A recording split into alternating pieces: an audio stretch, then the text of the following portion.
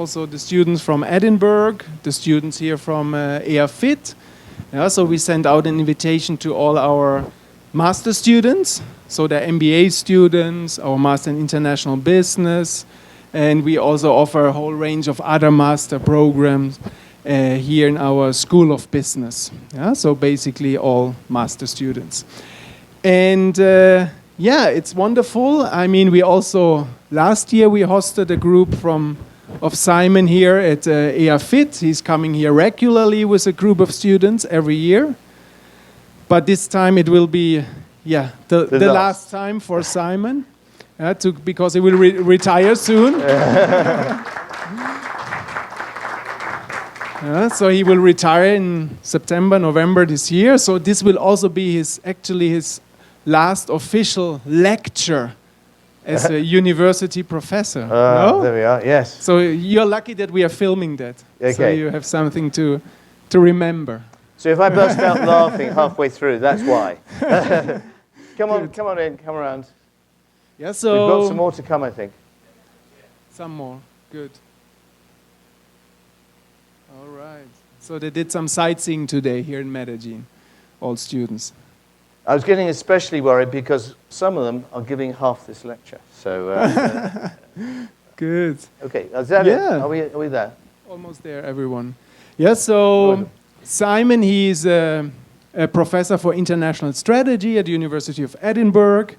Before joining Edinburgh, you were working at Strathclyde University? Strathclyde, and I've been at Leeds. And in Leeds, and Copenhagen. Doing his PhD studies. And in Copenhagen, good.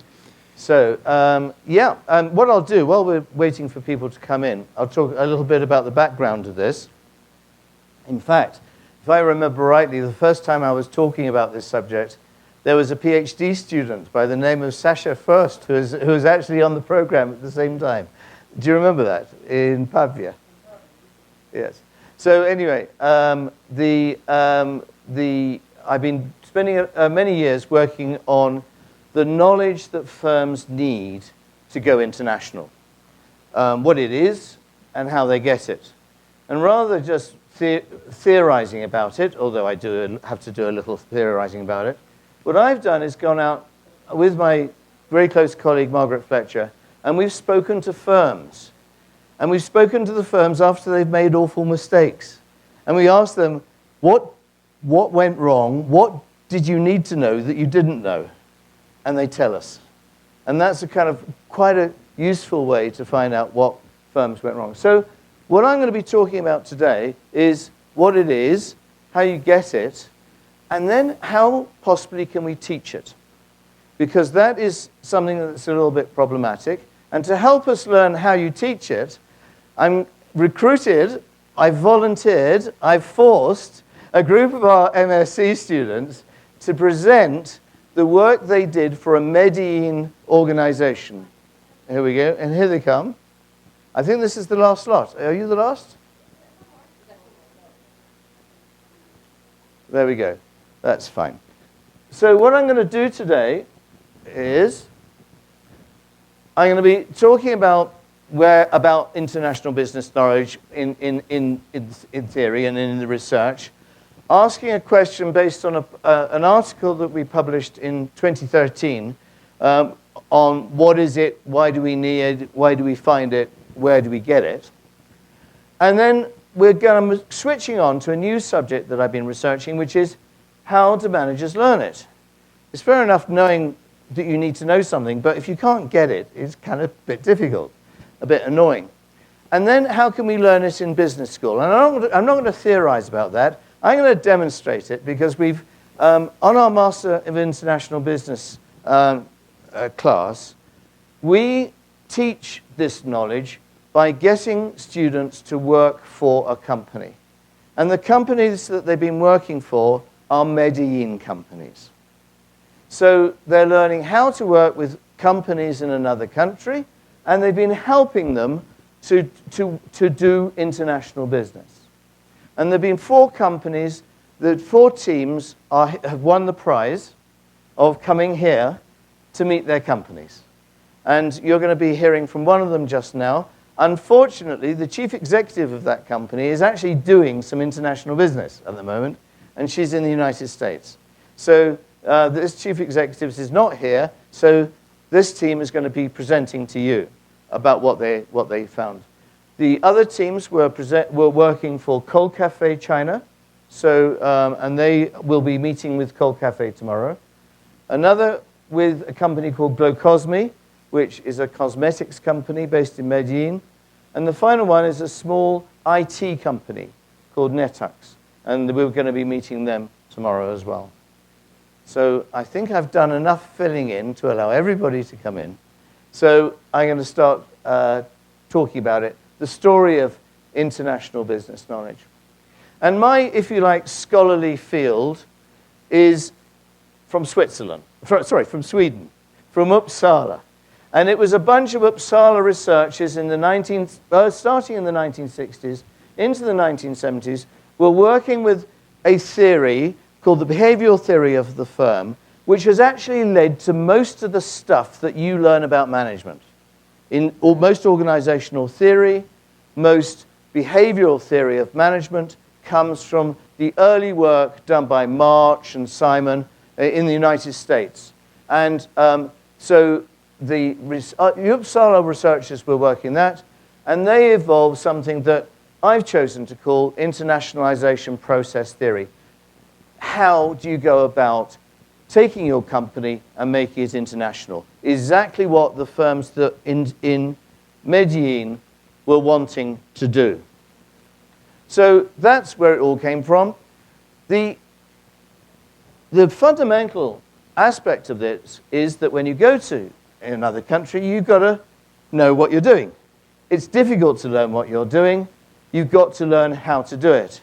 And the Uppsala researchers assumed that you only learned that by doing it. You went, you made mistakes, you learned from those mistakes, you scratched your head, you probably lost a lot of money, and then you tried again. And of course, that is expensive, and it takes a lot of time. So that's what they were doing, but they did at least recognize something that we now know, that you need to learn in order to go and do work in other countries. But they didn't go into much detail. They jumped straight from that to worrying about how quickly you could internationalize. And they didn't ask themselves the question that managers wanted to know, which was, how can we do it well? How can we do it and not lose too much money? How can we do it without failing as an organization? And they weren't really addressed that, and the research field went off into other strange directions, looking at other things. So Margaret actually started this. I was sharing a room with her, so we were talking about it all the time. And Margaret Fletcher and I started doing this, and we started going and studying a program that was helping firms to internationalize. And we did hundreds of interviews over a period of 10 years. And we followed them as they made their mistakes. Let's have a break. Do you want to come on in? Come on round. Don't be uncomfortable. There's plenty of space down over here. So we worked on some work by a guy called Jan Eriksson from Uppsala, and we took his ideas and just went into depth to find out what it was. So what is it? It's experiential knowledge. It's the knowledge you learn from doing it, and it's firm-specific. It's not something you can read in a book, because every firm will have a different bunch of internationalization knowledge, which of course makes it very difficult to teach in business schools, because it's difficult to write exam, what is international? Well, quick answer, it depends on the firm, and it depends where it's going. So that makes it kind of difficult. But there are certain elements that we can identify. To get into a market, you've got to know what you need to know in that market. So many companies fail by launching themselves in a market because they've succeeded in their own market, and they assume it's the same. And I'm sure you can find lots and lots of companies. In fact, nearly every company I've ever worked with has done the same. my most recent work for the last 5 years has been with BMW in China. And they assumed that because they made great cars, and everybody in China wanted them, that they could succeed by selling cars in China. Wrong, okay? Big mistake. They have been there for 15 years. They have not yet made a profit. They're still making a massive loss. So so that's the first thing. And that's the most obvious knowledge. What is needed in a market to succeed? Not just what do customers want, but how do distributors work? How do your collaborators work? How do people react to the way that you're behaving in that territory? So once you've got in, and there's plenty of companies that got in, BMW have got into China, but they're still not making any money. They need to adapt their business model. The business model that worked for them in the US is entirely different from the business model that worked for them in Europe, and will be entirely different from the business model that they use in China. Each place needs a different business model. We call that localizational knowledge. It's not localizing the product. It might be localizing the product, but it might be localizing the whole way that you do business to adapt to the territory. So that's the second. And the third one is the way you operate as an international company completely different from the way that you operate as a domestic company. The best example of this is actually BMW, the company that I've been working with for so many years. Their first real stage of internationalizing, in other words, manufacturing in another country, happened when they went to the United Kingdom. And the move almost killed BMW. It was possibly 3 months from death, the loss they made by buying what was then known as the Rover Group in the United Kingdom. Why? They didn't know how to work as an international company. They were entirely dominated by German engineers. Very, very, very good German engineers. And they were very good at making cars, but they were lousy at running a multinational company. And that is the kind of knowledge that we have here. The ways for operating internationally. And of course, different firms will do it in very different ways.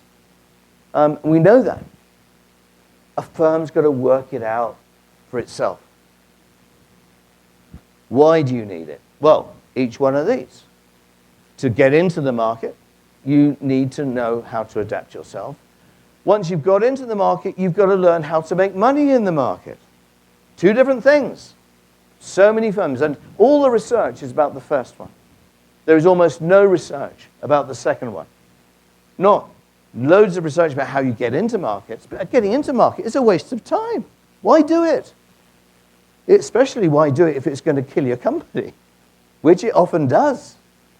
So that's the second one. And finally, even once you've got in and you're making money in that country, doesn't mean to say you're succeeding as an organization. You've got to learn how to behave and work as an international company. Where do you get it? You get it from experience. We know that. The Uppsala researchers knew that. Simon and Marsh knew that.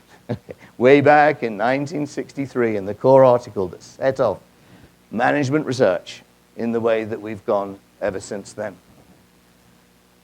But we can get it from somewhere else.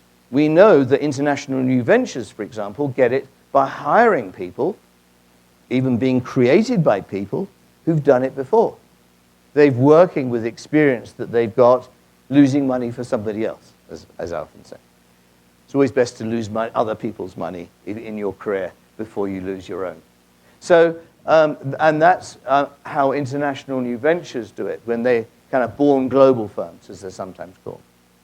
So you can learn it from them, or you can hire people who've got that experience. And just find people. One of the best ways, as I'm working with a company and they're saying we want to go to a certain country, I say, who is the main competitor? Find the main competitor. Say, get your headhunters out and offer them to double the salary. You can get the knowledge that way. So that might help. Or, especially with small companies, offer them an equity stake. For somebody experienced manager, maybe 50, thinking about board crawling up the hierarchy of their organization. Offer them the opportunity of being really creative. You've brought in other people's experience.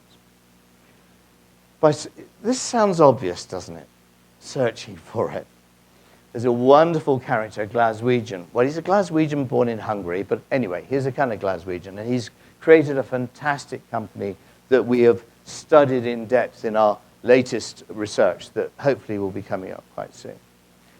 And he is very, very direct because he advises other young firms how to do internationalization. And he says, do your homework, and once you've done your homework, do some more homework. So he says so many people go abroad to look for a market or go and find out what's going on, and they haven't even started to work out who they should speak to. And if they're going to speak to somebody, what is the knowledge they want to get out from it? So this Igor, who runs this company, says to us as a business school, teach your students to do their homework. Go and find out, search the internet, find out who's moving, work out what questions you need to ask. Searching for it, even that basic, it seems so obvious, but so many firms don't bother to do it. By using others from outside the firm. Sasha has been working on this, and I've been starting to work on this a lot. We call it networking. Using your networks and use other people's knowledge from outside the firm. And finally, we found very often firms don't even access the knowledge they already have. In Lin Products, for example, they were trying to break into Eastern Europe, into Poland and the Czech Republic with their products, and into Russia. And they were trying to find out how to get into that. And it took them 6 months till they realized that they were employing 2 Czechs and 4 Russians in their own company. But they were in the R&D department. They weren't in the marketing department. They already knew and had a lot of knowledge inside the company without even accessing it. And that happens time and time and time again. So, so that's that, where to get it. And when do you need it? Well, you need it when you're growing different kinds of knowledge at different stages. When you're maybe first going into a market, you've established a company in stage 1, you're starting to develop into another market, then you need your market entry knowledge. Once you're there and you're thinking, oh my God, we're here, but it's not working for us, we still can't make any money, that's when they find they need to localize or adapt their business plan locally and change it to what they had. And thirdly is when they suddenly got that and they still find that they're not making money because they're losing it in the costs of running an international company. That's when they need to learn how to be to do it. So now we're going on to look at how do they learn it. Now, the great and wonderful Uppsala researchers, this was what they thought was how firms learned. This is what we've modeled, if you like, what experiential learning that they said was. You go into a market, you do some change. Where do we start? You can start anybody. Let's say you do some change, and 2 things happen. You get a nasty shock. Okay? You launch your product into the new market, or you start a service in a new market, and it fails. And you think, we're losing money. This is terrible. Let's change our goals. Or, no, we didn't really want to make money anyway. All the kinds of things that happen in organizations. So and then what they call probabilistic searching. You look around, why aren't we making, why are we losing? Why is it going wrong? What can we do about it? It's the obvious kind of thing that we all do when we get a bad grade in our assignment. You know, get a bad grade. Oh God, what did I do wrong? Go and ask the professor, see what he says you do wrong, and then you try and do better next time. It's the standard experiential learning. And that's fine, but of course it's slow and takes quite a lot of time. What why do that? People like me and Sasha and Mary Alejandra have been researching international business for years. We know what you need to know.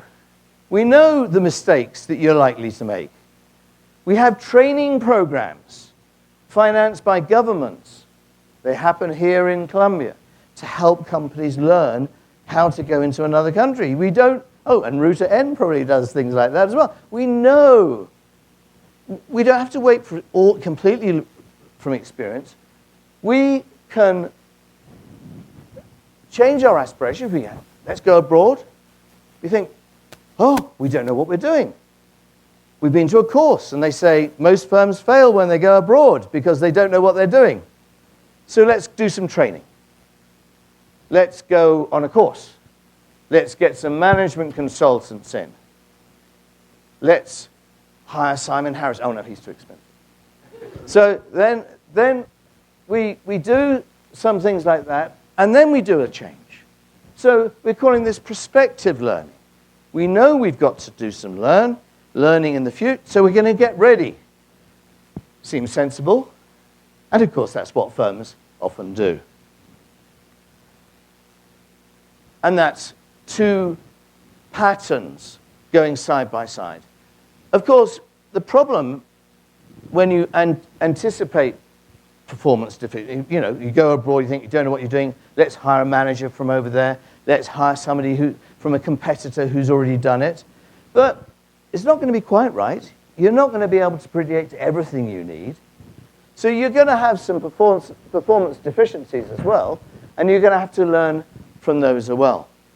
So we can do both in parallel. And that is what we found really, really good companies, including what we now call international new ventures or born global firms. This is what they do. They do both at the same time. Come on. So, and what we find is that when they work together, they actually help each other. If you do a program of learning about how to go international, it means that when you make a mistake, you actually are quicker at resolving those problems. You think, we didn't think we were going to get that problem, but I knew there was a course about this, and there's some experts on this we could bring in really quickly to help us sort it out. Or we could get our executives to work together on it. So if your executives have been trained, they're going to deal with even unanticipated problems quicker and more effectively than they would have done if they were just truckling along waiting for problems to happen. In other words, they're alert to problems happening and they're going to react more quickly when they happen. So we have two cycles going on, but they actually feed each other positively. And, there we go. And each have got benefits. And then there's a third way, which comes out of this. So we got the retrospective learning, the prospective learning, and then because of the two working together, we've got what we've called fast retrospective learning. In other words, problems happen, but you stamp on them quickly. It's as straightforward as that. You don't wait around thinking, it'll all come right in the end because we had a great plan. We work on it very, very quickly. We adapt. We learn what market knowledge we didn't have. We will learn and think, we will change our business model very, very quickly. And we won't sink too much of our resources into a business model until we really know it's going to work. And we're going to start to learn about maybe build capabilities in foreign exchange transaction and currency management and tax management on an international scale, all those kinds of things that a young firm wouldn't think about because it doesn't think it's a big multinational enterprise. And they all have different benefits and disbenefits. Okay? The retrospective learning is great, but we know it's slow. And it doesn't deal with everything. Prospective learning is great, it's fast, but it's likely to be wrong. You can't predict what you will know until you do it. So it's going to be wrong. Fast prospective learning does require a lot of firm input and a lot of work and a lot of management effort, but it deals with all these things together. So how can we learn experiential learning in a business school? And this is what I'm turning this to now. Well, there's only one way, and that's to do some experience. And I'm talking about, I should have got you guys to say what you're doing. So we've got an MBA program here who are spending 1 week in Bogota, and we've just come to Medellin at the lunchtime today. And they're working for a company called Alpina, which is a Colombian company that is a dairy company. We met them, or we had assignments sent to us a couple of months ago, or a month or so ago. We didn't really understand it, so we heard about it and heard about the company on Monday morning. And now we're doing lots of experiences, all kinds of experiences. There was a few bar experiences last night, but all kinds of experiences to learn about Colombian culture, learn about Colombian business. And we're doing a job for Alpina. And that is helping us to learn about how to localize business firms, about the markets here, and about the kind of things that we all need to know to do business in Colombia. Our Master of International Business students do it in a different way.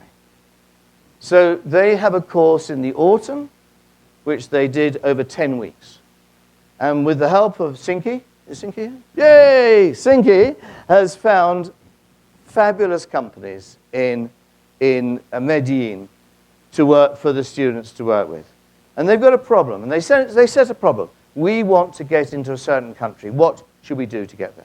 And then they have Skype meetings with the executives of the company over a period of time, interacting and discussing, not understanding each other, trying to cope with breakdowns in Skype communication and all of that. But all the issues involved with these things, getting to know the companies, learning about them, learning about how what they do can be adapted. And then through interaction and through discussion, they learn about these things. And that's how we do the learning at a business school. So that is the great, because this is the point when I retire.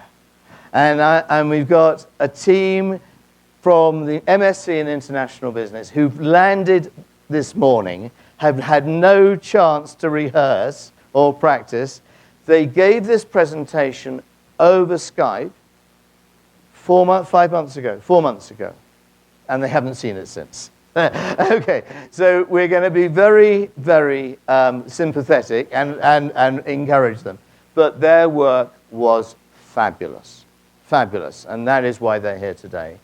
And we're going to see how they adapted these ideas and taught the company. Now, what about the company? Well, this is a most wonderful company, one run by, or it's a social enterprise, run by an incredible lady. Would the class have heard about her before? Viviana? No? She's not here this week. We know that. She's busy. But anyway, Hugger Island is a most marvelous social enterprise. I forgot the huggers. I left them in the hotel. Okay. We all need a hug, don't we, sometimes? We're all human beings, need a hug. But some human beings, like children who've just lost the mother who gave them a hug, or the sibling who gave them a hug, they need a hug more than anybody. And if they're suffering from severe trauma,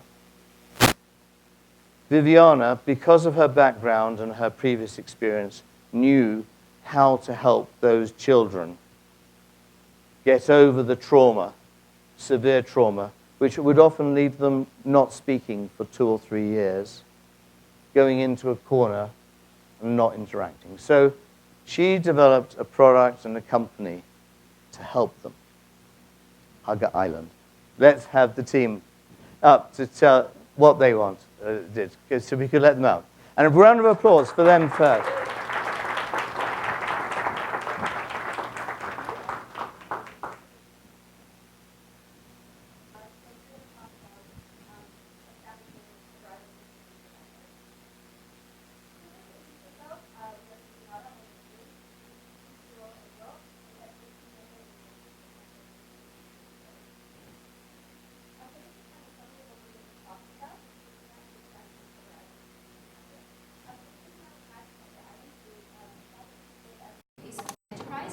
exporting the product and concepts to the UK charities and the NHS, which is the healthcare system within the UK.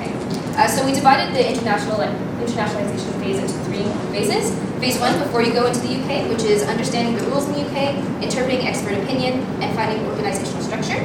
Phase 2, as you go to the UK market, which is finding a UK representative, gaining UK knowledge, and finding financial support. And finally, after you're there, when she's in the UK market, this is all about connecting with customers. And so now we're going to talk about this one. Question. Yeah. Question for you guys. You know what is the product here? Okay. Oh, okay. Sure. We start from that. That's right, because I forgot to bring them. Yeah. I left them in the hotel. So, Okay, so the product is like, if you look at the top right corner, you see this monkey thing. It kind of is like a stuffed animal, and it's like you use it to like hug, and it's very soft and really soft. Yes, it's like a doll. Yeah, but it's made by single mothers of Medellin, and then that's why it's a social enterprise. So with a book. Yeah, also Yes, with yes, a book yeah. with a story of the hugger.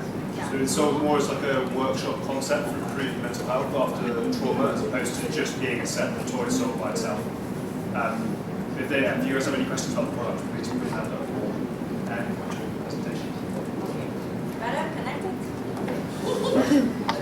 Okay, yes, now we're going to do a SWOT analysis. Fantastic. So we're just going to briefly talk you through main points of our SWOT analysis, which highlight the main reasons that we look to bring Hugger Island into the UK and the main problems that we felt it might face. So the UK is really widely known as having a lot of disposable income and open-mindedness to slightly unusual ideas as long as they work.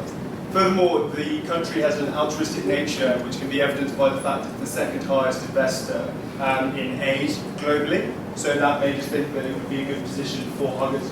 And finally, it has a competitive advantage in that not only is it effective, but it's quite quirky in what it does and the way it operates, as well as being effective. So we thought that it could be quite unique in the UK.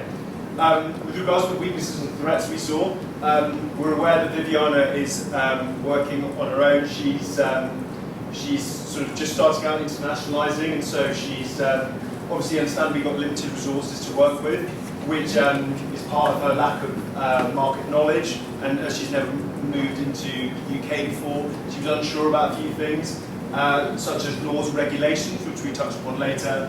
And furthermore, whilst there's nothing quite like Huggers and Hugger Island, there are other competing products which help improve mental health after trauma. So we also saw that as a potential threat to the product. The first thing to consider is relevant laws and regulations. Yes, sure. Hello. Okay. Okay. British government has enacted 3 laws for toy companies, especially in regard to the safety requirements of products. There are 3 main processes. The first one is safety assessment, which is to identify, assess, and manage hazards presented by huggers.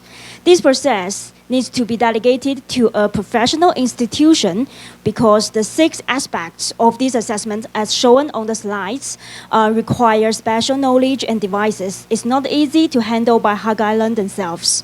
So Viviana can send a product to that institution first in order to find out is the material they used acceptable, does the product itself can meet the requirement, if not, where's the problem and how to improve it.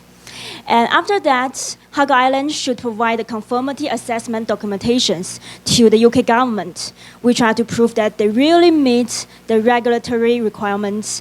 And the documentations can also be made by the institution mentioned above when the safety assessment result is good.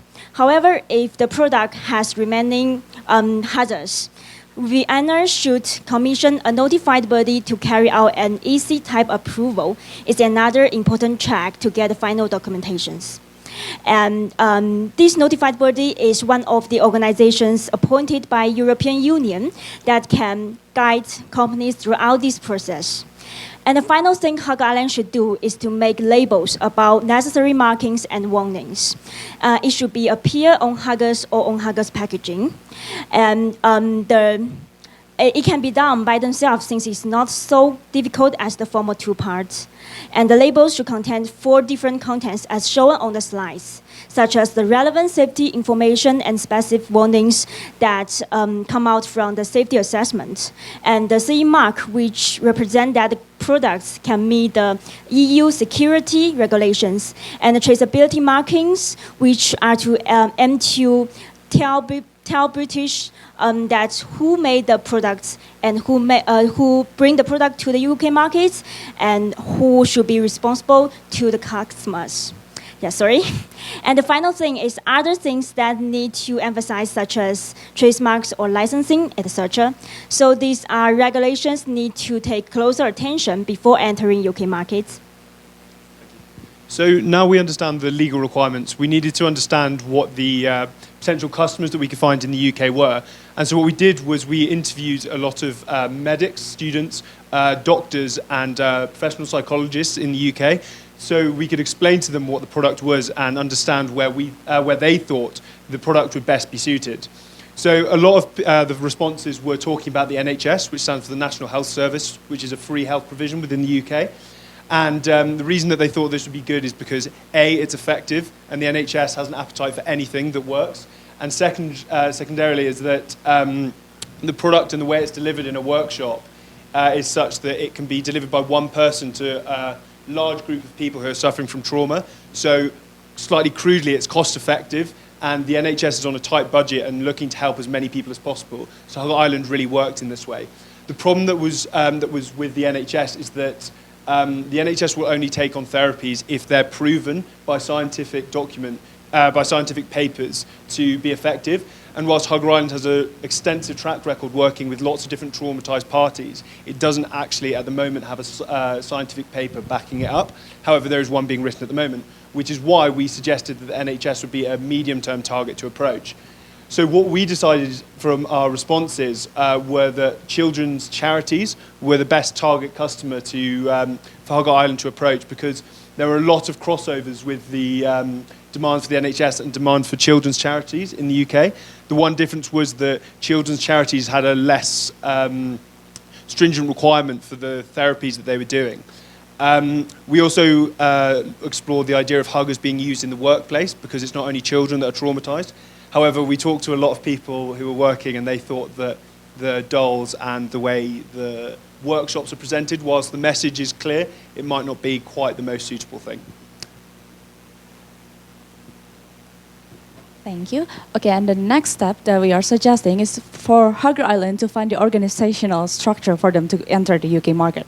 So we are suggesting them to go to UK market as a social enterprise. Why? Because first, it embraces their competitive advantage, and then the second is UK market favor a lot of charity, and they have a lot of income that they put into charity a lot.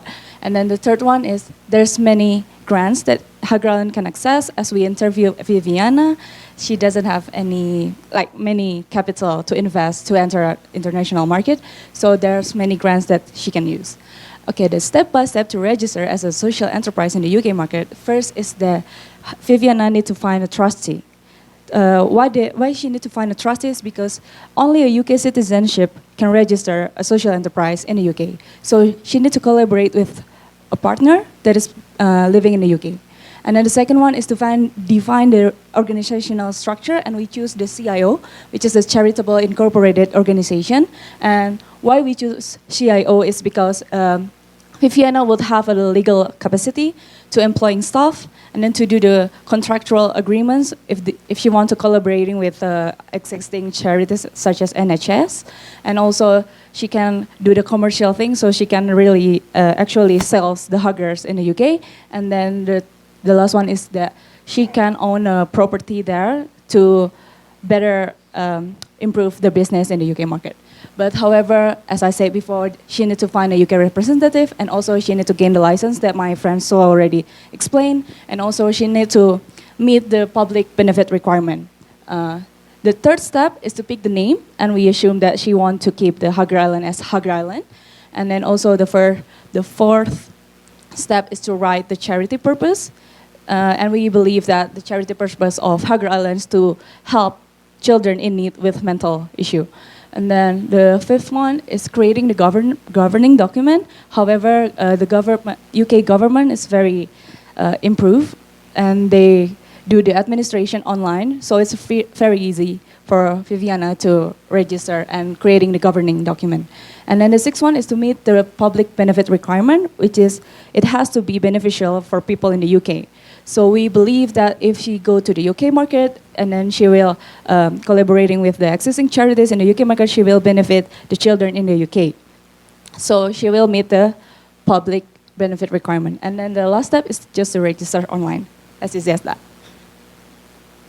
Fantastic. So now we have an understanding of the UK market. We need to look at the practicalities of operating in the UK. One of which is clearly going to be to find a UK Hugger Island representative for Viviana and Hugger Island.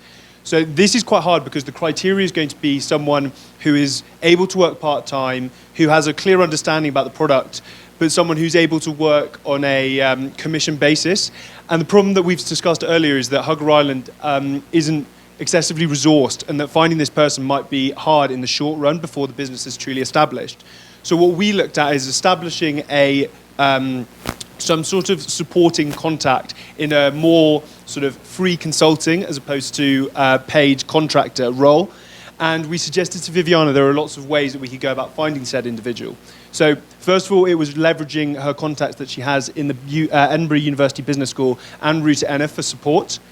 Secondly, it was exploring a host of institutions which offer insight and expertise which might suit Viviana's needs. So the Colombian Embassy, going on social media drives, and companies like institutions like ProColombia who are supporting Colombian businesses internationalizing.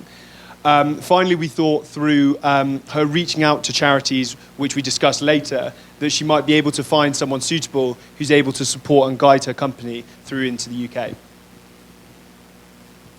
Okay, so given Viviana's lack of experience with the UK market, she also has a lack of knowledge with regards to this market. So what we did is we outlined what knowledge she needs, why she needs it, and how to attain it. So what knowledge she needs, UK market entry decisions, knowledge about the UK market conditions, for example, competitors and potential clients, how to manage the internal structure of Hugger Island in the UK, and what is needed to compete in the UK market. Why she needs this? This will help her to decide what the best business strategies in the UK. It will help her to see opportunities, manage operations, and evaluate partners in the UK market. And it will also help her to properly manage business risks. So how to attain this knowledge? A lot of it is going to be from direct experience, so learning as you go and from personal experience, learning from contacts from the business school like us and other potential contacts that she has within her network, learning from other organizations, and she can also use personal research, but we found that learning from direct experience would give her the most value. So we suggested to start gaining this knowledge about the UK market. She uses her contacts in order for guidance and decisions. And yeah, that's actually it. Thank you. Okay, so the sixth step is that as we interview Viviana, we know that she doesn't have a capital to provide the service for her to go international. So we also provide some grants that she might apply. There's 3 grants from the UK. There's a BBC Children in Need, the Tudor Trust, and the UN Limited. We also provide the contact number, the email, and how in the report we explain how to apply for the grants and also how much she can get from the grants. So it might support her first move into the UK market. Great, and so the final step that we talked about, which is phase 3, having all the capital and the understanding of the market, is simply to approach and connect with the customer. So we suggested that this is done in 2 phases. The first part will be done in solely Edinburgh-based children's charities. The reason behind this is that she'd be able to leverage her contacts that she has in Edinburgh, as well as being able to start small and gain experience with smaller charities who would be more forgiving and understanding with the product. So the charities that we've chosen here were chosen solely due to their very tight alignment with Hugger Island and what Viviana is trying to achieve. And so the aim of this 2-part strategy is if some form of contract or agreement can be made and operations happen with these charities, we can then move on to stage 2 with approaching larger institutional charities within the UK. The reason for saving these to a latter medium-term sort of stage would be that you would not only be able to boast a working product, but it would also be able to Hugger Island would also be able to boast that it's got a proven track record working with patients in the UK who are struggling with the issues that are currently facing them. So again, we've listed 3 large charities in the UK, and we've found them due to their missions aligning with Hugger Islands closely. So the final part in step 7 is looking at ways in which these charities should be contacted. And given the story of Hugger Island and the emotive nature of it, we believe that as much face-to-face contacting and personal pitching as possible would be key. So we suggested that establishing contacts and having Skype phone calls and even pitching the product to these charities on European trips, which Viviana often undertakes, would have a great significance and increase the likelihood of the products being taken by some of these charities. And when she's talking about the charities, we thought that the 3 core things that UK charities would want to know is the story, because it's a really powerful, emotive story, and something that really made us and a load of other people buy into the social enterprise. Secondly, a proven track record to show that this is a product which actually works in the context in which it's being applied to. And thirdly, a supply chain which is able to deal with increasing demand that may happen when she aligns with one of these large UK charities. So in conclusion, after we bombarded her with all of this information, we decided to give her some action statements. So these are slightly different from the ones you saw before.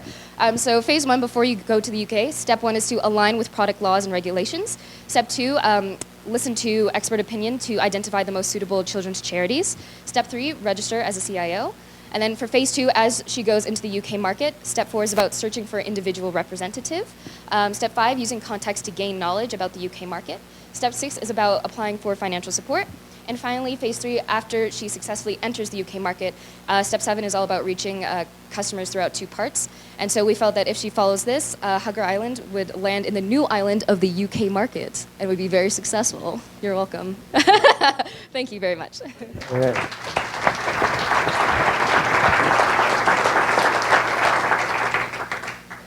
Fabulous. Well, I had initially thought I was going to need to explain that, but I think it's completely obvious how it works. And the objective of this course, of all these courses, is that the students doing this course will be able to do internationalization for wherever they go more easily. This knowledge was entirely firm-specific. Entirely firm-specific. It was about a one woman, well, not really one woman, but she employs many others, but indirectly.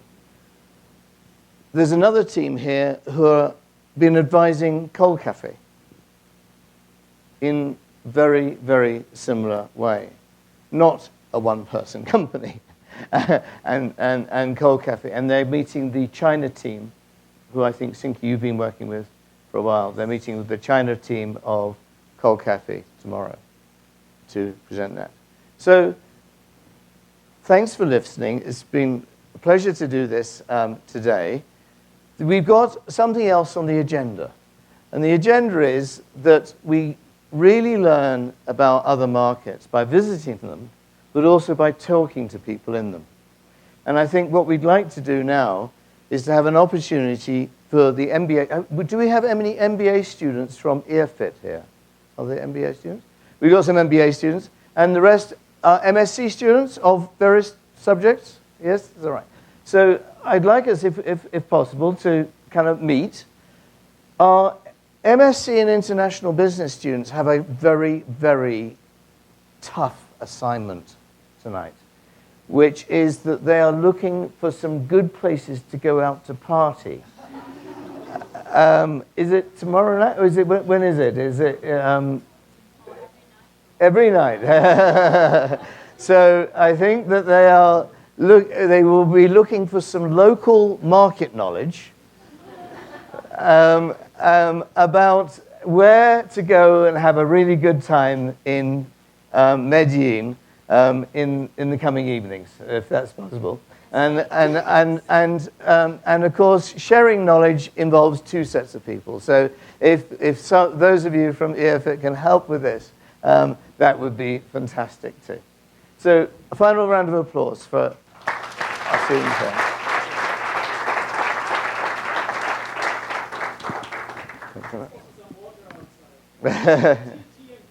Okay. Okay. Are there any? Yeah. Okay. Thank you very much. Well done, guys. It's fantastic. You know, when you don't prepare,